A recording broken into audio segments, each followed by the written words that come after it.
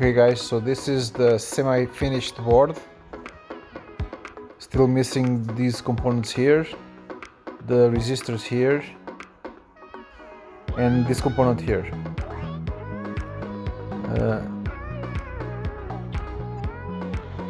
I already attached the Arduino with those other pins, and we have these 3D printed back brackets, and I'll see you in the next video.